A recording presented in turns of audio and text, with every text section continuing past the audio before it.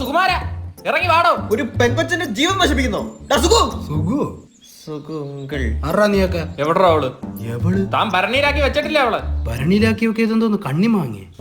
ഈ 38 ഡിഗ്രി ചൂടി തന്റെ കോമഡി ആക്കാൻ വന്നതല്ല ഞങ്ങള്. ഇവനും തന്റെ മോളും തമ്മിൽ ഇഷ്ടത്തിലായോണ്ടല്ലോ താൻ അവളെ വേറെ കടിക്കാൻ നോക്കുന്നത്. അതും നിർബന്ധിച്ച്.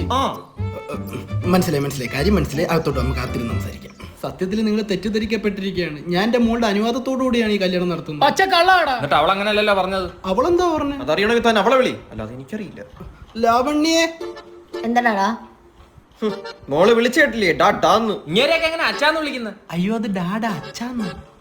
മോളെ ഞാൻ നിന്റെ അടുത്ത് ചോദിച്ചിട്ടല്ലേ ഈ കല്യാണം ഉറപ്പിച്ചത്. അതിൽ നോക്കിയാൽ ഉത്തരം കിട്ടില്ല. പ്രിൻസിനെ കേട്ടോ. ഇങ്ങനെ ഒരു ഇഷ്ടം ഉണ്ടെന്ന് പറഞ്ഞാൽ അച്ഛനെ അടിക്കൂന്ന് വിചാരിച്ചു. നീയല്ലേ പറഞ്ഞു ഇയാള് ടോർച്ചറാണ് ടോക്സിക്കാന്നൊക്കെ. എന്തൊക്കെയാടി ഈ പറഞ്ഞു വെച്ചേക്കുന്നു. മോനെ കല്യാണത്തിന് പട്ടുസാരി വേണ്ട കാഞ്ചീപുരം മതി എന്ന് പറഞ്ഞപ്പോ അത് വാങ്ങിച്ചു കൊടുത്ത്. പെയിന്റ് മൊത്തം ഞാൻ പിങ്ക് അടിച്ചപ്പോ ഈ പിങ്കിച്ച് പറഞ്ഞ അവക്ക് വെള്ളം മതിയെന്ന്. എന്തിന് കല്യാണത്തലേന്ന് കളിക്കാനുള്ള ഡാൻസ് വരെ അവൾ എനിക്ക് പഠിപ്പിച്ചു തന്നു. ചുമ്മാതാടാ. എടാ സത്യമായിട്ട് എന്താ അമ്നേ സോയേ ഹേ, അമ്നേ ജായേ ഹേ, അച്ഛാ. ഈ സ്റ്റെപ്പ് തെറ്റിച്ചാൽ ഇവളെന്നെ എന്തോരം അടിച്ചെന്നറിയാമോ? ഇപ്പഴും തെറ്റിച്ചാ കളിച്ച. വൃത്തിയായിട്ടോളെ ഒരു ചെറുക്കന്റെ ജീവിതം വെച്ചാണോ കളിക്കുന്നത്? ഞാൻ ഇനി എന്തോ ചെയ്യാനാ മോനെ? അങ്കിള് വിഷമിക്കണ്ട, കാറ്ററിംഗ് അടക്കം ഫുൾ സപ്പോർട്ട് ഞങ്ങളോട് ഉണ്ടാവും. പോട്ടെ, കല്യാണത്തിന് കാണാം.